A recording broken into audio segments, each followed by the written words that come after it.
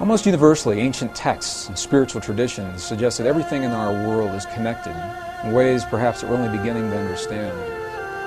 This field of energy, this subtle field of energy, is in fact described by Western scientists as a net or a web that creates what they call the underlying fabric of all creation. This field of energy has been here from the very beginning. It is an intelligent field, an intelligence that responds deeply to human emotion.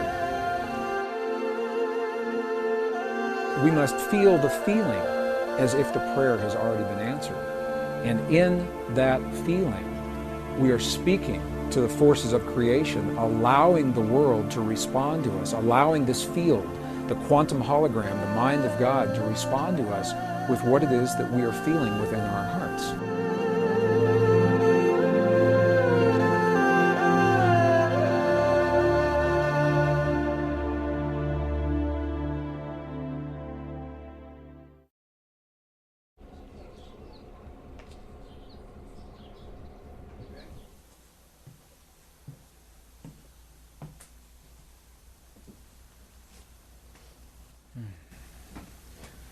What would it mean if we discovered that each moment of our lives is part of a conversation, an ongoing dialogue with the universe around us? What if everything that happens in our lives, from the healing in our bodies to the peace of our world, to our marriages, our families, our romances, our divorces, all the things that we see as life in each moment of every day, what if they're a reflection of this intelligence, this field of energy that the ancients described in their language, and now that Western science is beginning to describe in a language that we recognize? Well, a growing body of scientific evidence suggests this is precisely the way that our world works. That the world, in essence, is nothing more and nothing less than a reflection of what we have become from within, our thoughts, feelings, emotions, our beliefs, our prayers. Princeton University physicist John Wheeler suggests precisely this concept in an interview recently. What he said was that we live in what he calls a participatory universe. That rather than thinking of the universe as something that's already created and that we're plopped down in the middle of it having these experiences, what Dr. Wheeler is suggesting is that the universe is a result of what we are doing in our lives. He says we're tiny patches of the universe looking at itself and creating itself along the way. Now, this is a radical concept because it suggests that when we look into the world of the quantum atom for that most minute, ultimate particle, we may never find it. Because every time we look, the act of looking is consciousness, placing, creating, building something there for us to see. And when we look into the expanses, the vast expanses of our universe, searching for the very edge of what we call creation, we may never find it. Because the act of consciousness searching is the creative force that puts something in place. Well, growing body, scientific evidence suggests this is precisely the way our world works. And what we'll find as we discover through the experiments that have been done recently in the 20th century is that the ancients may have been very, very close, in fact, to describing precisely the way our world works in the language of another time. Between 1993 and the year 2000, a series of experiments were conducted in accredited scientific and academic institutions that are now supporting precisely the concepts that the ancients so clearly spelled out in the language of their time. 3 of these representative experiments are absolutely shaking the foundation of everything we now believe about physics and the way our world works, and are in fact suggesting that we are connected through this field of energy. The idea that there may be an all-permeating essence that connects everything is really not so new, even in the world of science. In the late 1800s, there was this tremendous spiritual revolution that was sweeping the earth. And at that time, there was a great debate as to whether or not this field actually exists. And during that time, it was called the ether field. In 1887, a very famous experiment was conducted to demonstrate once and for all, does this field exist or does it not exist? And based on the results of that experiment, Western science, specifically Western physics, has believed that everything that happens in our world is discrete, non-related, isolated. Things that appear to be happening in the same instant in time are simply coincidence. The very famous Michelson-Morley experiment, the equivalent of the experiment, is if you were to go outside of the building where you are right now and moisten your finger and place it in the air above your head, and in that moment you felt no wind against your finger, and from that concluded that no air exists around you. That's the equivalent of this Michelson-Morley experiment. They believe that if this field actually exists, it must be moving. And when they tested for movement, they found none, and from that concluded that the field doesn't exist. From 1887 until the early 1990s, all of Western science was based on the principle that what happens in one place has absolutely no effect on what happens somewhere else. And now we know that this is absolutely not true.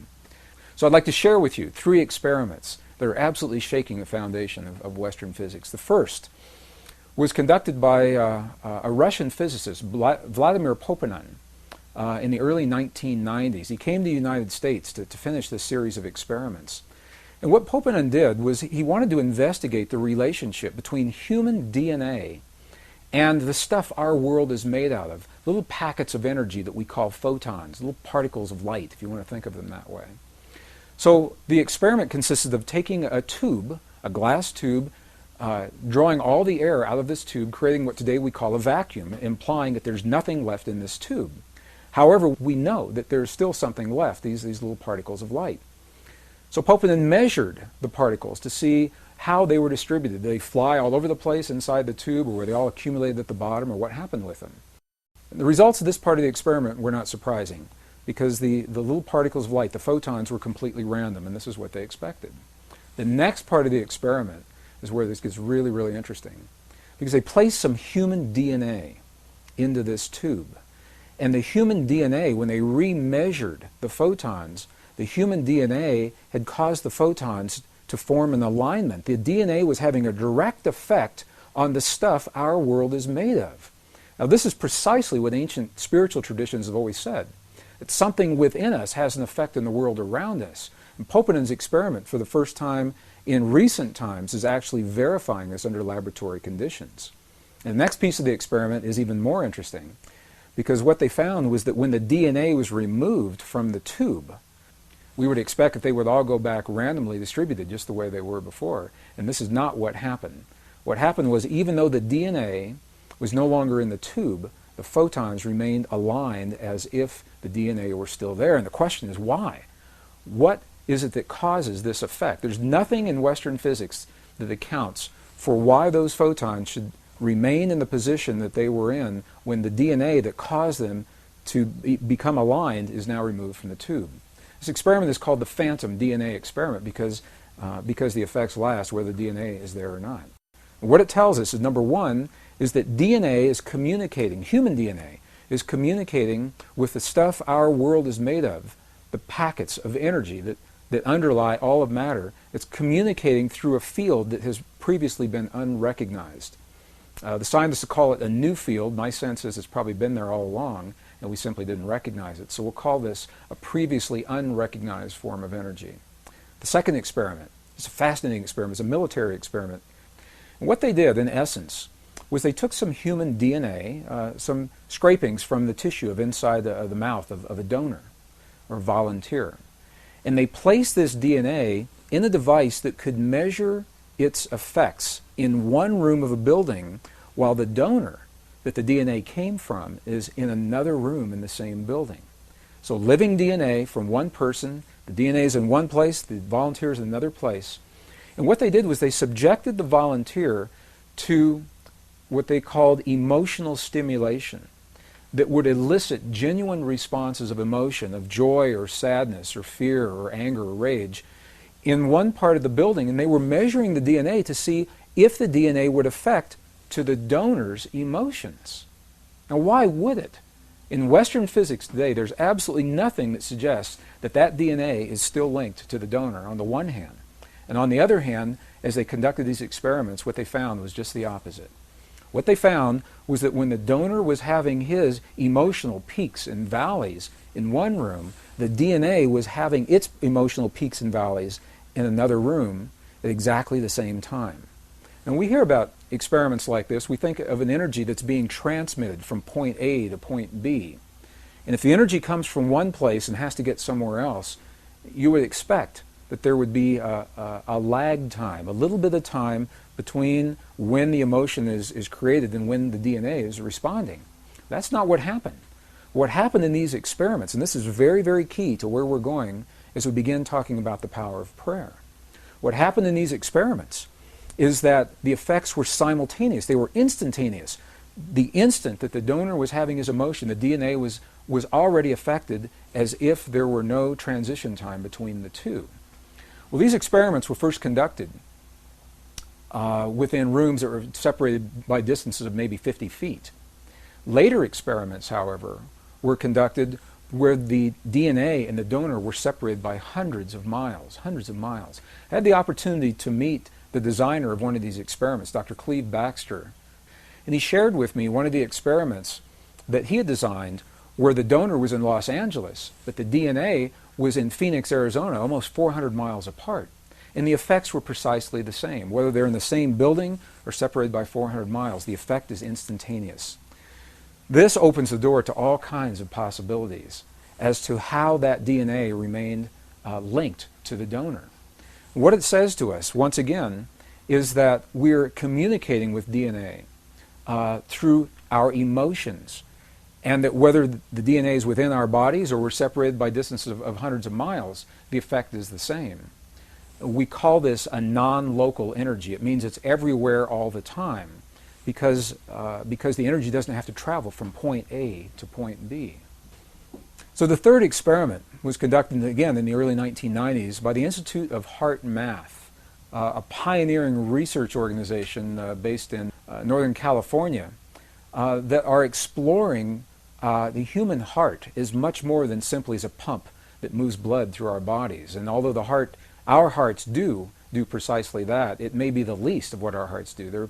They're discovering that our hearts are the strongest magnetic field in our bodies, and the electromagnetic field that is produced by our hearts has an effect that extends well beyond our bodies. The Heart Math Institute had earlier discovered that around every human heart there is a field of energy shaped like a tube. It's called a tube torus and extends between 5 and 8 feet beyond the human heart. And the question is, in this already acknowledged field, could there be another form of energy that is being carried by this field beyond our bodies? So they designed an experiment to test precisely this theory. This is no surprise. They took some human DNA and they isolated the DNA and asked individuals that were trained to feel what are called coherent human emotions, very clear emotions of love, appreciation, compassion, or anger, rage, and hate, to have those feelings on demand. And as the people who were trained to have the feelings did so, they measured the way the DNA responded. And what they found was this. They found that in the presence of appreciation, love, compassion, forgiveness, the DNA became tremendously relaxed. And what we know from other experiments is that this relaxed state of DNA actually enhances our immune response. When you ask people what it is about the feelings of love and compassion that give us our high immune response, this may begin to tell us why, because the DNA is relaxed and actually allows certain portions of those little switches, if you want to think of them that way, to be enabled or turned on. And just the opposite is true as well.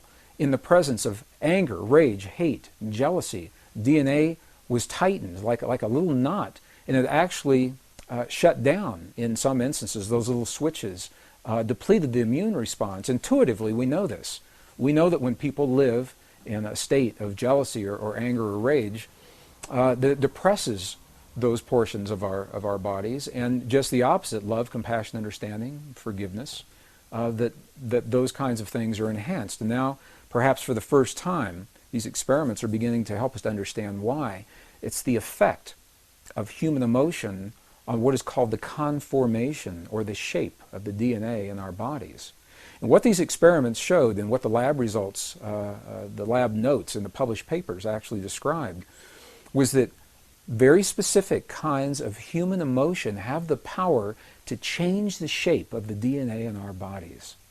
And this is an amazing thing to say, because what it says is that on demand, when we choose to elicit very specific kinds of feelings and emotions inside of our bodies, we actually have the power to change the way the DNA functions in our bodies. This is the beginning of an internal technology, perhaps a very ancient technology that was described in languages of our past that we're only beginning to understand.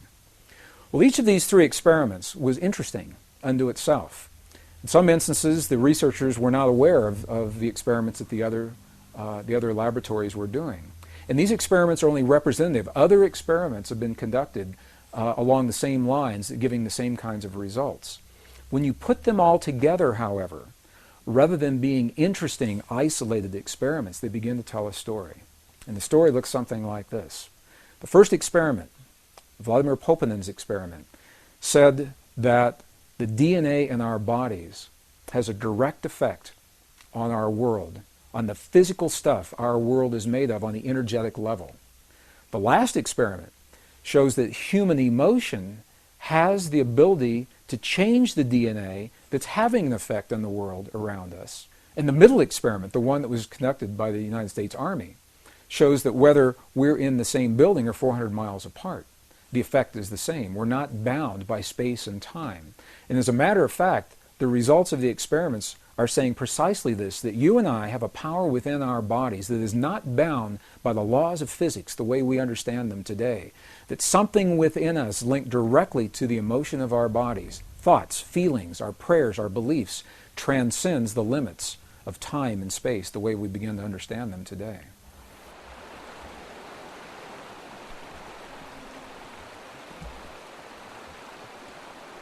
Ancient traditions describe this in the language of their time.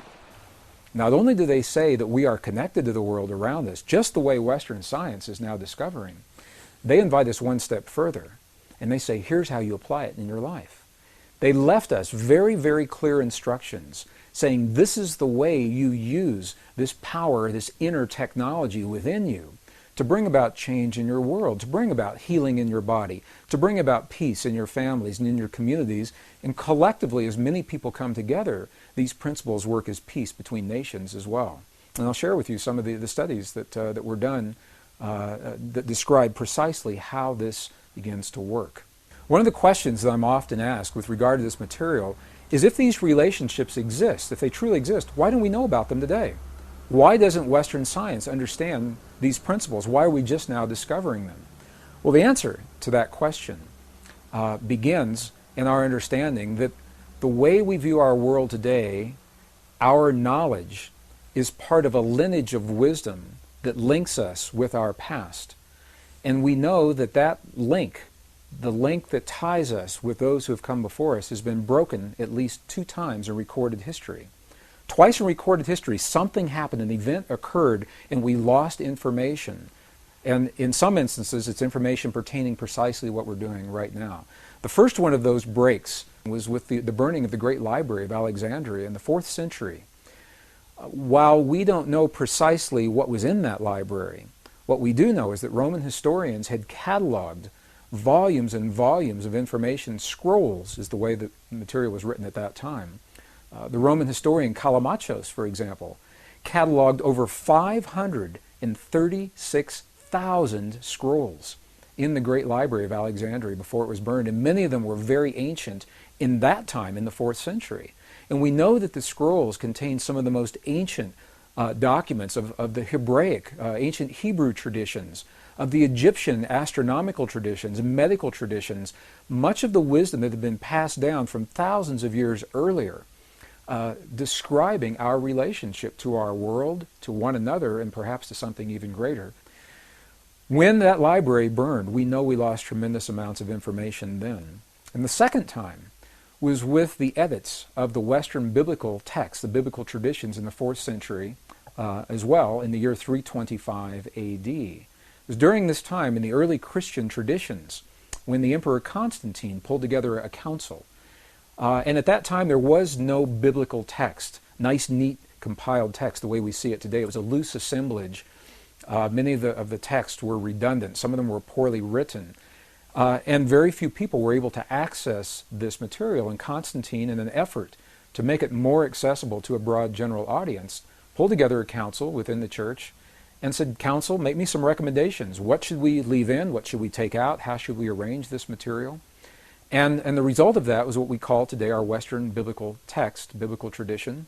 We know that at least 20 books were completely removed, and another 20 to 25 were tremendously edited, and the remaining texts were condensed and rearranged into what we see today as our biblical text.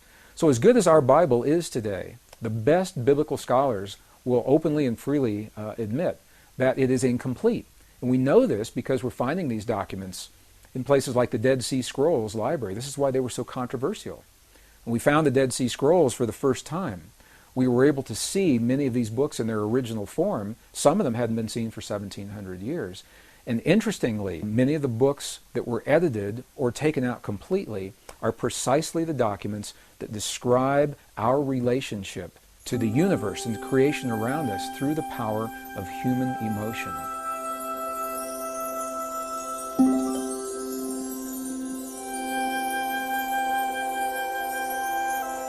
So now that science is beginning to tell us in its language, ancient spiritual traditions have shown us in their way, and in our own texts and documents, we're seeing references to precisely how these principles work. The question is, how do we apply them in our lives? How do we go about making use of this relationship between thoughts, feelings, and emotions inside of our bodies and what's happening in the world around us? Well, perhaps the best place to begin is by defining what a thought and a feeling and emotion really are. I've had this conversation with my mom many, many times. And Mom always says to me, she goes, "I always thought feelings and emotions were the same thing." And while they're closely related, there is a difference. So if we think of a chart, if you look at the ancient charts of the energy centers in our bodies, the chakra centers, if you will, what we see is the lower three energy centers of our bodies, they are closely associated with what we call the power of human emotion. And the ancients said we're capable of only two primary emotions. They said we're capable of the emotion of love, and whatever we believe the opposite of love really is. Whether we think of that as fear or hate. And when you get really deep into the traditions, what we find is there are actually both polarities of the same force. So in those lower centers, the power of emotion, we have two primary experiences, love and whatever we believe the opposite of love really is. This is a power, it's a force that drives us forward in life, and it tears down the walls, knocks down the barriers that stand between us and the things that we hold dear in our lives. Emotion, however, is scattered. It has to be focused.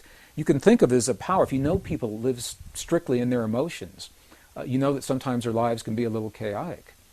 Well, the emotions need to be focused, and this is where the power of thought or logic come in, and it's associated with the upper energy centers of the body. Thought is what gives focus or direction to the emotions. In other words, we have a thought about something. We have a thought about a cloudy day outside. And that thought, into that thought, we fuel the power of the emotion, either our love of that rainy day or our fear of what that rainy day may bring to us. And by doing so, when we marry the power of emotion with the direction of the thought, by virtue of that, we create a feeling. So feeling, by definition, is the union of emotion and the thought. And the one energy center, interestingly enough, that is not accounted for in all of the other systems, that remains unused in these ancient systems, is the heart center, and this is the one that is dedicated to the power of feeling. We feel in our hearts. So the feeling that we have in our hearts is the language that speaks to the field that Western science is now beginning to understand through their experiments. It's the power of human feeling that is the language that opens the door to the possibilities of what we create in our world. Well, scientists today, as they think about this field, it is so new, the idea is so new, that they've yet to agree even on a single term. Some scientists call this the quantum hologram. Some call it nature's mind. Dr. Ed Mitchell, former Apollo astronaut, calls this nature's mind. Scientists like Stephen Hawking call it the mind of God. As varied as the names appear to be, they're all speaking about essentially the same field, and they describe this field as a web or a net that underlies the fabric that links everything together. And it is this fabric, this web, this net, is what we speak to with the feelings in our bodies, with the feelings in our hearts. Ancient traditions not only recognized this relationship, they invite us one step further, and they left precise instructions in terms of how we apply this in our lives. In the late 1980s, I was an engineer working in the defense and aerospace corporations. I began exploring these concepts as an engineer, looking in the world around me to understand the history of those who have come before us. And it is that thinking that led me into the journeys of some of the most amazing places in the world, from the temples in Egypt, the Andes Mountains in Bolivia and Peru, into India and Nepal, the highlands of central China and Tibet, all through the American desert Southwest, searching for information and clues that would help us to understand how we relate to the world and how we can use this power of feeling, this power that speaks the language, the world around us. So as an engineer, when I began studying the principles of those who have come before us, the information that they left so that we could understand our relationship to the world around us and this ancient technology that today we call prayer, my thinking was that this kind of information would be best preserved in places that have been least disturbed by Western civilization. And this thinking led me into a journey, first time in 1998, into the highlands of central China, into Tibet, where we had the opportunity to explore 12 monasteries and 2 nunneries, speaking through the translators to those who actually live these principles in their lives. And this is the value of going to a place like Tibet, a living culture. We can go into temples in Egypt or temples, the Mayan temples in the Yucatan, and as fascinating as they are and as much information as they hold, the cultures that left that kind of information no longer exist. So at very best, we are speculating in terms of what they're saying to us. When we go into a monastery in Tibet, we can actually speak with the people who are there, and we can ask them, when we see your prayers on the outside, what are you doing on the inside? What happens? What happens to your body? What are you thinking? What are you feeling? What are you emoting? Well, it was in Tibet where I had the opportunity to meet with an abbot of one of the monasteries, and I asked him through the translator. Same thing we'd ask all of the monks and all of the nuns, and it was his answer that was so clear to me. And I asked him, when we see your prayers for 12 and 14 and 16 hours a day, when we see the mudras and the mantras and the bells and the bowls and the gongs and the chimes and the chants that you're doing in your prayers for so long on the outside, I said, what are you doing on the inside? What happens on the inside?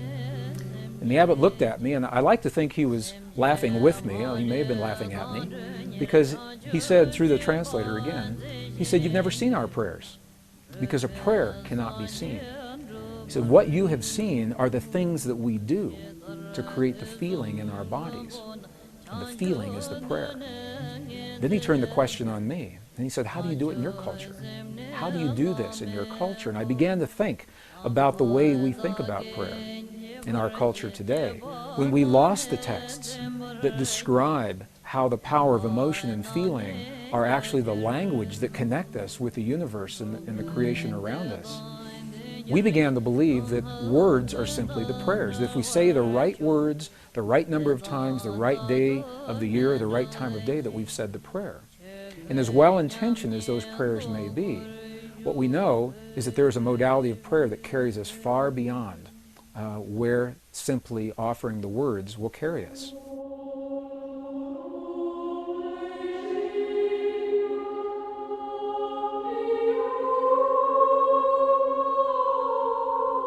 Western prayer researchers today identify 4 modalities of prayer.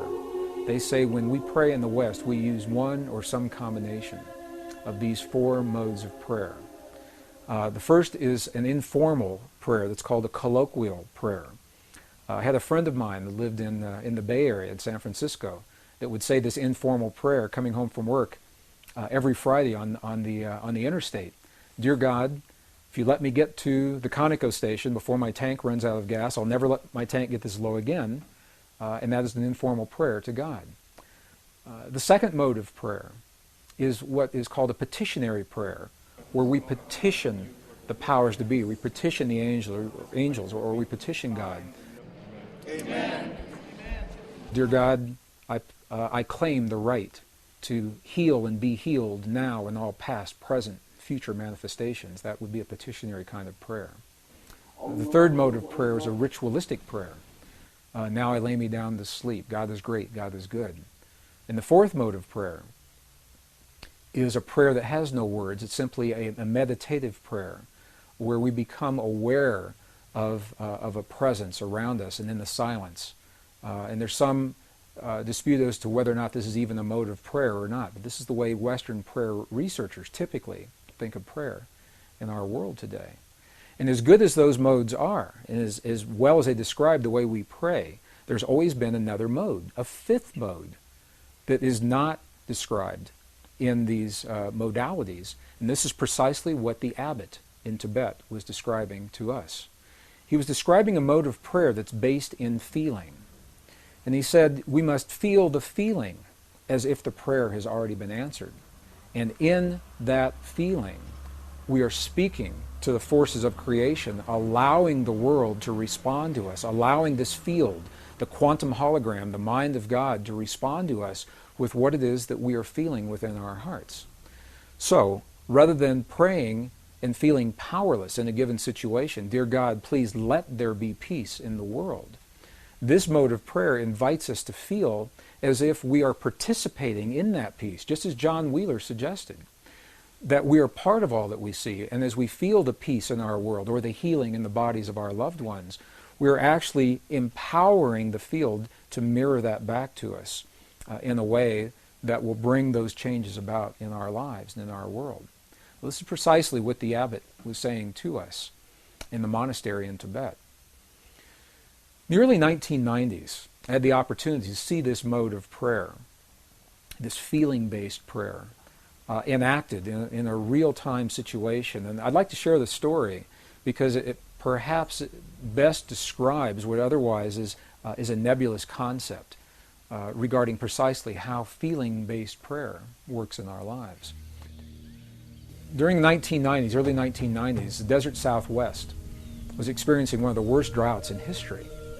And a Native American friend of mine invited me to join him one day in a place in the high deserts of northern New Mexico to share in a prayer of rain. He didn't have to ask me twice. I said, you bet, I'd love to participate and see what this prayer is all about. So we met at an agreed upon location, and we hiked through several 100,000 acres of beautiful high mountain desert sage until we came to a place that was so old. Even the people today don't know who built this place. It was essentially a stone circle. And each stone was placed just as it was by the hands of the ancestors so long ago. And it was in this place that my friend began his prayer. What he did was he removed his shoes, stepped into the circle in his bare feet. He honored all of his ancestors. He simply said, all of my ancestors, all of my ancestors. Honored the four directions. He turned his back to me, held his hand in a prayer position just a few seconds. And then he turned around and looked at me and he said, I'm hungry. Let's go get a bite to eat. And I said, I thought you were going to share this prayer. I thought you were going to pray for rain. And he looked at me and he said, no. He said, because if we prayed for rain, rain could never happen. Because the moment you pray for something to occur, you've just acknowledged that it does not exist in that moment. And I thought about what he said. It made a lot of sense to me. If I say, dear God, please let there be peace in the world, what I'm saying in that moment is that peace isn't there. And I may inadvertently be empowering the very condition that I would like to change. And the same with a healing in my body or the body of my loved ones. So I asked my friend, I said, if you didn't pray for rain just then, what did you just do? What happened when you closed your eyes? And you turned your back to me just for those few moments. And what he said was this. He said, when I closed my eyes, I began to feel the feeling of what it feels like to have rain in our Pueblo village. He said, I smelled the smells of what it smells like when the rain falls off the earthen walls of our buildings. And I felt the feeling of what it feels like with my naked feet in the mud. There's so much mud because there's been so much rain. And he said, in that way, I opened the door to the possibility to bring rain into our world. Well, I think about this mode of prayer a lot. Later that afternoon, something amazing happened. I was watching the weather maps, and the drought that had happened for so long suddenly changed. We saw the high-pressure system move across Utah and then dip down from Colorado into northern New Mexico and make a little U-turn and come right back up. We had rain that night, and we had rain all the next day. It rained, and I called my friend. And I asked him, I said, there's so much rain, the valleys are flooding, the roads are flooding. What in the world is going on? And he was quiet just for a moment, and he said, that's the part of the prayer. He said, I never quite figured out. So I have no way of scientifically validating that my friend's prayer had anything to do with that rain. But the correlations are so high. We see it happen so many times, we know there is an effect. 1972, 24 United States cities were used to conduct an experiment where people were trained to feel the feeling of peace in a very specific manner, and they were strategically placed in these cities. Each city had populations over 10,000 people. And these were documented in some of the very well-known TM studies that were done back in the early 70s. And what happened was, during the time that the people were feeling the feelings of peace in the community around them, beyond the buildings where they were having their experience, the communities experienced statistically measurable reductions in crime. Violent crimes against people, traffic accidents declined.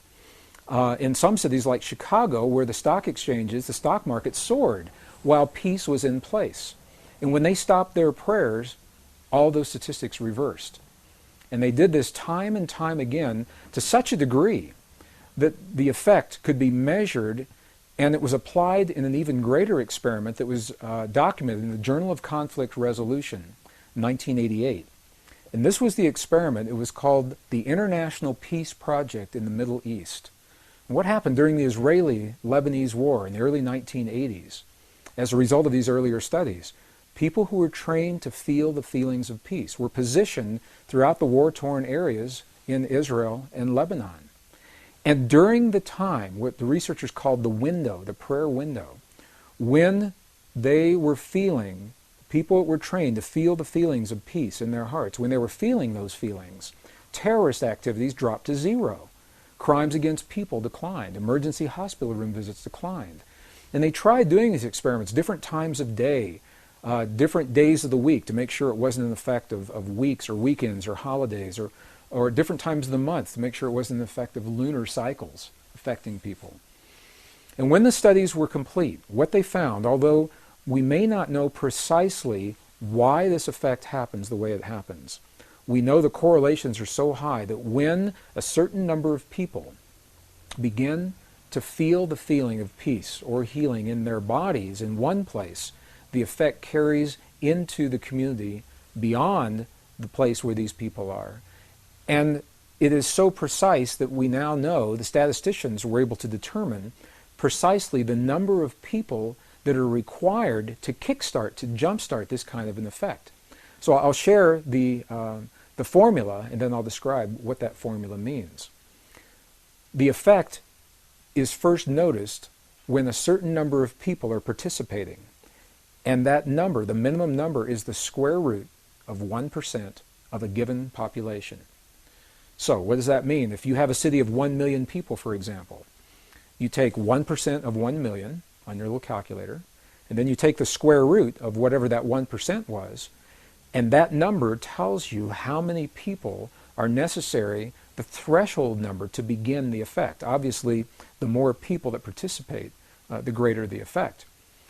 For a city of 1 million people, that number is only about 100.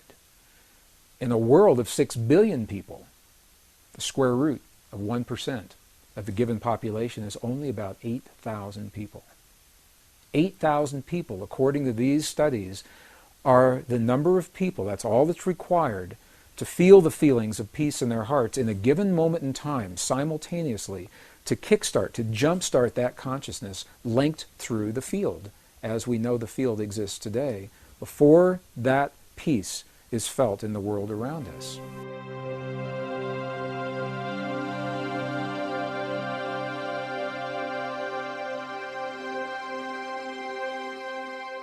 So any discussion regarding this feeling-based prayer, this lost mode of prayer, sometimes seems a little more than academic until we can actually apply it in our lives or see it applied in our lives. It's in the late 1990s that I had the opportunity to do precisely that, when I saw the footage documenting the healing of a life-threatening condition within the body of a living woman using precisely the kinds of techniques that we're speaking about right now. For me, it was this kind of information that took this lost modality of prayer out of the realm of academics and into something that's very real that we can apply in our lives. I had the opportunity during that time to see some video footage of the healing of a 3-inch diameter bladder cancer inside the body of a woman who, by Western medical standards, had been diagnosed inoperable. She had gone, as a last resort, to a medicineless hospital in Beijing, China. It was in this medicineless hospital where they began simply by addressing the life-affirming ways that she could change how she was living her life. They taught her life-affirming ways to breathe and life-affirming ways to nourish her body, gentle movements to stimulate the energy centers in her body. And as she was doing these and strengthening her body, at one point it made sense to undergo a process. Now I'd like to share this. I'd like to describe it to you as a very potent example of how the feeling world inside of our bodies has a direct effect, in this case a very graphic effect, on the world beyond our bodies. So in the video documentation, the film shows a woman lying on in a hospital room. She's fully awake, she's fully conscious, she believes in the process that's about to happen. Before her, there is an ultrasound technician who is running an ultrasound wand over her lower abdomen that we can see on a split-screen television. And on the left-hand side of the screen, they do a snapshot, a freeze frame of an instant in time for reference, so we can see what her condition looked like in that instant in time. On the right-hand side of the screen, we are able to watch real time as 3 practitioners stand behind her, working with the energy in her body and with the feelings in their bodies. And what they do is they begin to chant a word that to them they've agreed upon, that reinforces the feeling within them that she's already healed. The chant essentially says, already healed, already done. And as they begin to have this feeling and to say these words among themselves, on the computer screen, on the television screen, we can watch in real time this cancerous tumor as it disappears in less than 3 minutes real time. It's not like time-lapse on a documentary where you see a rose unfold in 30 seconds in something that normally takes days. This literally happens in less than 3 minutes. Her body responded to the feelings of the practitioners who were trained to have the kinds of feelings that they were having. And all they were feeling was the feeling of what it feels like to be in the presence of a woman who is already healed, fully enabled, fully capacitated. They were not seeing her as a woman who was sick, and they weren't saying, bad cancer, you've got to go away. It's a very, very different way of thinking about things, and it's a very graphic example of precisely how this principle works. I had the opportunity to speak to the gentleman, Luke Chin, that actually created this film. And I asked him a question. I said, what if those 3 practitioners weren't there? I said, could this woman have done this? Could any of us do this on our own? And he smiled at me when I asked him the question. He said, Gregg, in all probability, she probably could have done it alone. However, there's something about us humans in that we seem to feel more empowered and stronger when we're supported by others in the things that we believe in and in the things that we choose to accomplish. So while she probably could have had this feeling and done it herself, having these 3 practitioners work with her was the threshold that it took for her body to respond. All they were doing was having the feeling as if she were already healed, and in less than 3 minutes her body responded. What Western physics now is beginning to tell us is that the same energy, the same field that led to the healing in this woman's body also leads to peace between nations. It's the same thing, different scale, same principle. And I've been involved in experiments where hundreds of thousands of people joined together through the World Wide Web. We were coordinated on the internet at a given hour of time, a window of time, when we were trained to feel the feelings of peace in our bodies during that time. And when we did that, statistically, what happened in events around the world, there were wartime events. There were bombings, aerial bombings in Iraq that were scheduled, that were reversed during the window of time when this prayer was happening. Crimes against people declined. Emergency hospital room visits declined. There was a computer research project at Princeton University that was able to document the field of consciousness on a global level while these prayers were going on, and they saw a little glitch, a glyph on the screen indicating that consciousness was responding to hundreds of thousands of people feeling the feeling of peace in the moment that it was occurring. And what this tells us is that the field we're working with is a measurable field. You can pick it up with equipment. It can be measured on the computer screen. This was part of the research project at Princeton University that was called the Global Consciousness Project. So the field is real. It's out there. And it responds to us in ways now that we're only beginning to understand. Even more recently, the research has been done by the scientist Masaru Emoto regarding the relationship between human emotion, human feeling, and water drops is showing this relationship even more poignantly. What has happened is that these scientists, this particular research project, has discovered that droplets of water that make up over 70% of our world anyway and 70% of our bodies, that these droplets of water respond to human emotion, whether it is felt in the body or as it is actually written on labels that are placed onto vials of water, and the emotion of the researcher as the labels are being written and placed onto those vials. The vials are then frozen for a specific period of time, removed from the freezing process, and as they begin to thaw, they crystallize. And the crystals are the telltale sign of what is happening with the emotion. For example, they've taken water, highly polluted, highly toxic water, from some of the most polluted dams in the center of Japan. This water has never been known to crystallize. They just can't get it to crystallize. And when you look at it under a microscope, what you see, it's a very muddy, very nebulous form. There's no symmetry. There's no crystalline structure whatsoever before the emotions are in place. After the emotions are there, for example, when 500 people pray over some of this most polluted water, the before image shows the water in its toxic state. The after image of the same water shows this water beautifully formed, beautifully clear, beautifully crystalline, perfectly symmetrical, purely from the result of human emotion interacting and human feeling interacting with this field of water. Some of the other research has shown families where children and their parents have encircled a vial of water in a room that has never been found to crystallize. Again, some of the very highly polluted and toxic water.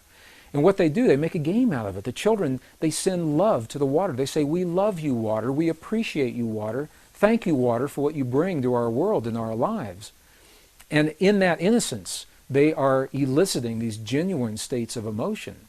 And as the research continues, it is precisely these vials of water that have received this kind of energy from the children and their families, feelings that the ancients called prayer, that the water begins to crystallize into beautiful, symmetrical, very clear forms, showing once again that there's a direct effect between what we feel in our bodies and what's happening in the world beyond our bodies.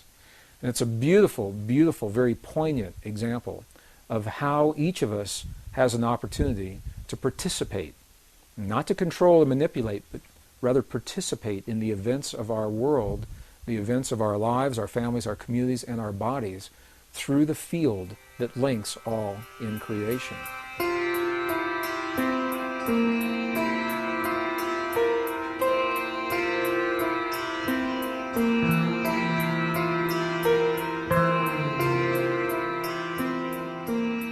One of the powerful principles, most powerful principles regarding the way this field works is the fact that the field appears to be holographic in nature. The definition of a hologram is that it's a pattern no matter how finely divided the pattern is, the whole remains, even in the smallest portion. For example, a few years ago, there were bookmarks, shiny little foil strips, and when they were shown in direct light, that had an image of a rose fully in bloom, or the image of Mother Mary, or the image of a dolphin jumping over a pyramid. And in these bookmarks, if they were truly holograms, you could take and cut them into the smallest pieces, and then take the smallest one of those and cut it again, and look at it under magnification, and the entire pattern would still remain even in the smallest piece. And I share this principle now because it appears that consciousness, our consciousness through this field, works precisely this way. What it means is that all of us, as smaller portions of a greater pattern, are connected. And the seemingly little things that we do in our lives, day in and day out, the way we respond to one another at the family dinner table during our conversations, the way that we feel about the 6 o'clock news, the way that we respond to a driver that cuts us off on the freeway just before we get to our exit, in those seemingly insignificant moments of life, we are actually having a conversation with this field, the quantum hologram, the mind of God, individually. And when we put all of our little conversations together, that becomes the collective answer. The field mirrors back our collective love, our collective appreciation and gratitude, or our collective anger and rage and fear. So as we watch the events in our lives and our world unfold, and we ask ourselves, why are these things happening? And how can these things happen the way we see them? We might want to keep these principles in mind and ask yourself, do you believe, do you see these principles that I've just described? Do you see them playing out in the world around you? And if so, if the principle works in one direction, it works in the other direction. As we begin to feel the feelings of the things that we choose to experience in our lives and our world, by definition, the hologram must mirror those things back to us.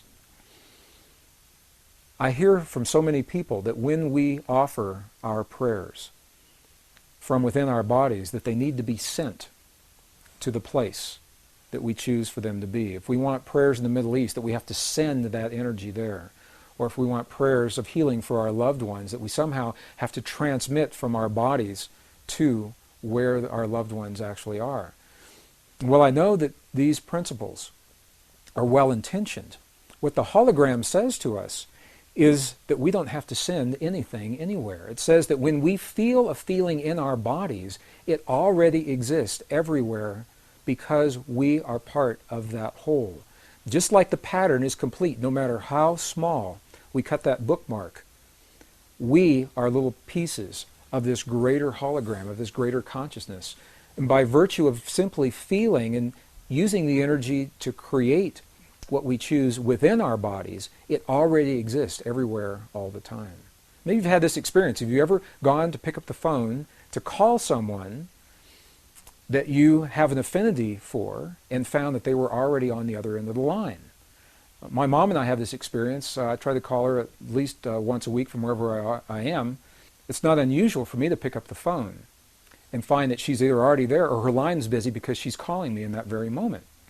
So when that happens, what is it that's occurring? How does the information get from where I am to where she is so that we're having that simultaneous connection? And I know almost everyone has had this experience before.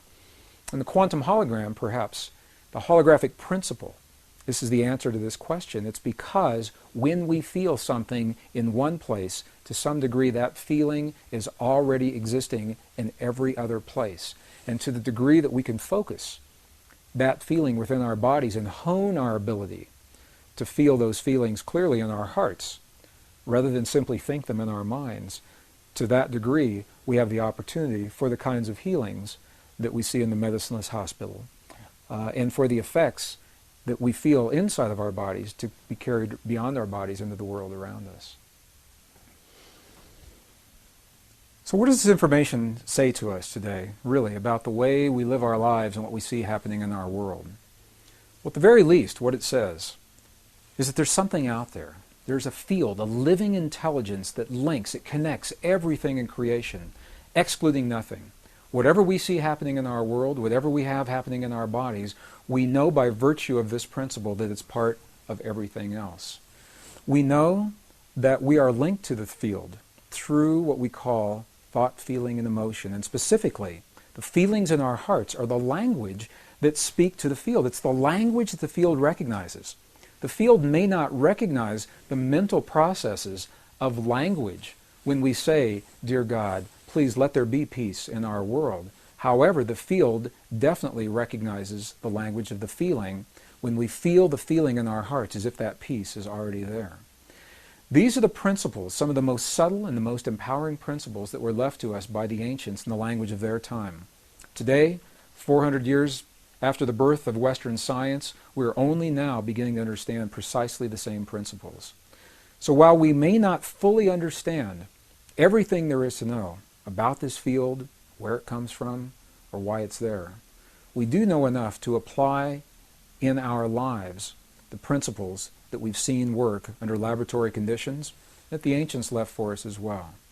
From my perspective, this is a very empowering body of information, because it takes the idea of prayer beyond any religious or spiritual tradition and makes it an inner technology that's open to everyone, regardless of our beliefs, or our lifestyles, or our bloodlines, or our heritage, or how or where we choose to live our lives. What it says to us in every moment of life, we're having a feeling.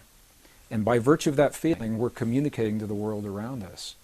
So rather than seeing a prayer as something that we do every once in a while, when we'd like to change our world, and then we stop the prayer and get up and walk away, perhaps we can redefine prayer as the way that we feel in our lives, and because we're always feeling in every moment in life, life becomes the prayer. Life becomes the living prayer. We can always have the feelings of peace in our hearts, whether we're driving down the freeway or studying in our classroom or going to the mall or the airport.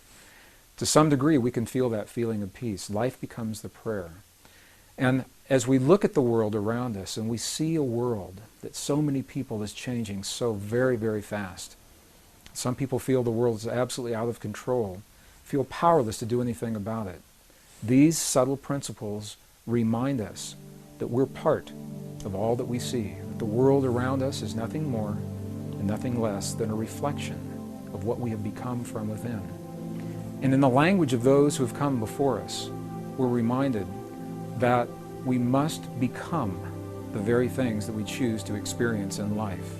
We must become the peace and the healing, the cooperation, the compassion, the love, the nurturing that we choose to experience in our lives. We must become those very things so that the field has something to mirror back to us. And in that way, we each are given the guidelines, hopefully, to help us to become better people. And as we become better people in that way, we build a better world.